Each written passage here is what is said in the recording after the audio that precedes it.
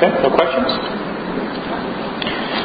All right, so after we ask ourselves, what are we trying to accomplish by bringing on this intern or internship program, whatever it could be as far as scope and scale, we need to make ready the organization. And this is something that I think a lot of employers don't take seriously enough. They hire the intern gets very excited, maybe the start date's 30 days out or so, and maybe the owner knows they're coming, maybe the person that hired them knows they're coming, and they're ready for them on day one, maybe. But they show up, and it's like, okay, everybody, this is our intern. Welcome them. And there's really an opportunity to do it in a far better way if you know what to do, if you can plan accordingly. So the first thing really is to fully define the intern's roles and responsibilities. That could be somewhat of an iterative process. That might mean engaging the entire team. It might mean asking the intern, what do you hope to work on? But, have that figured out before they start. Because if they start, and the first conversation you have with them on day one of their internship is, we've got to give some thought to what you're going to work on. They're going to begin to really question whether or not this is going to be taken serious or not. Because here's what an intern wants to do. They want to do real work. They want to do meaningful, value-added work. And if the first time you think about it is on their first day of the assignment, they're going to question the opportunity to really do that. You're going to want to make ready the workplace. So another important thing to consider is, where are you going to put them? Do you have a seat for them? If not, will you? It's okay to possibly have what could be classified as a virtual internship, meaning the person might not actually physically reside at your office, but you need to know whether or not that's the approach or not. If the plan is to have them housed with you, you need to give that some thought in advance. Again, speaking from experience and seeing it done well and not so well, when that intern shows up on day one and they say, you're greeting them and welcoming them, and the first thing you can say is, let me show you to your desk. And you take them to a workstation that's all set up, got some pencils in the holder, you got some paper for them. It just signifies planning. And it signifies we're serious, we're making our workplace ready for you, and because you can't get work done for us if you don't have the tools and resources to do that. So just take the time to think about that. What is our approach going to be there? Are they going to sit here with us? If you don't have a desk, can you make ready a conference room? The point is, make the best out of your situation. Because you can make a pretty nice office out of a conference room if you know that's what you're going to do. So take the time to make ready the workplace. If your workplace is not as presentable as you'd want it to be, when you think about, we're getting ready to hire somebody new. They're going to be here with us for 10 or 12 weeks. Is our workplace today in such a condition that we'd like to have a new employee start with us? Are we going to send the right message about what they're going to see? Does it represent who we are? Are we proud of what we're representing here? Those are all important things to ask yourself. Whatever it might be, if you need to procure a new PC for them, or take an old one out of storage to get it set up, give a telephone for them. It's an essential part of them doing their job every day is access to the telephone. Do you have one? So just be thinking about those things, and make sure on day one you have the right equipment, resources, supplies, whatever it is, in place for them to do the job. Spread the word. Don't keep this a secret. Tell everybody that needs to know. Because, again, from the intern's perspective, they sit down at their desk, they're settling in. Somebody walks by and asks them, well, who are you? And their response is, I'm the intern. And your employee's response is, I didn't know we were going to have an intern. You can just imagine, again, what they're thinking. They're thinking, oh my gosh, here's a coworker, someone that works here too. They don't know who I am. They don't know I'm coming. And it's just such a simple thing to do in advance of them starting. Make an announcement. Send out an email. Share their resume. Do whatever you need to do to let others around them know this person's going to be starting.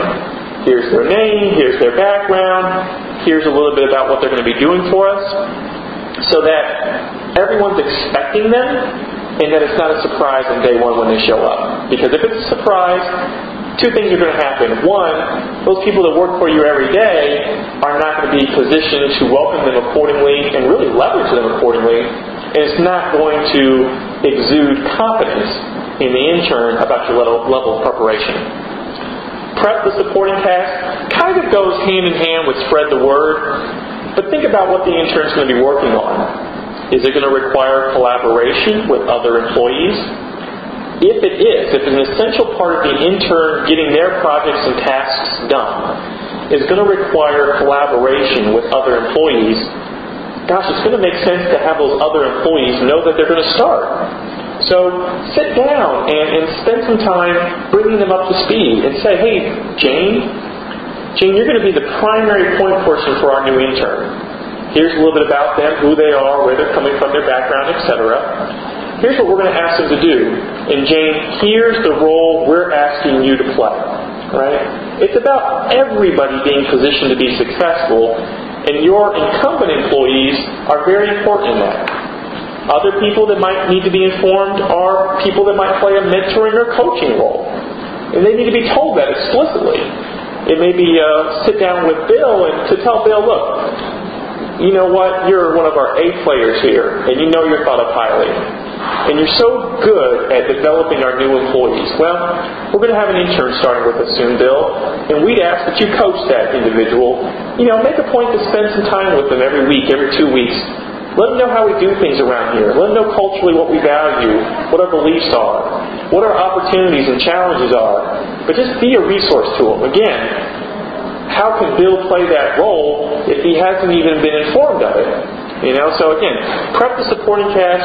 Whoever might be involved with the success of the intern day to day, make sure they have an understanding around what their role is and what they need to do.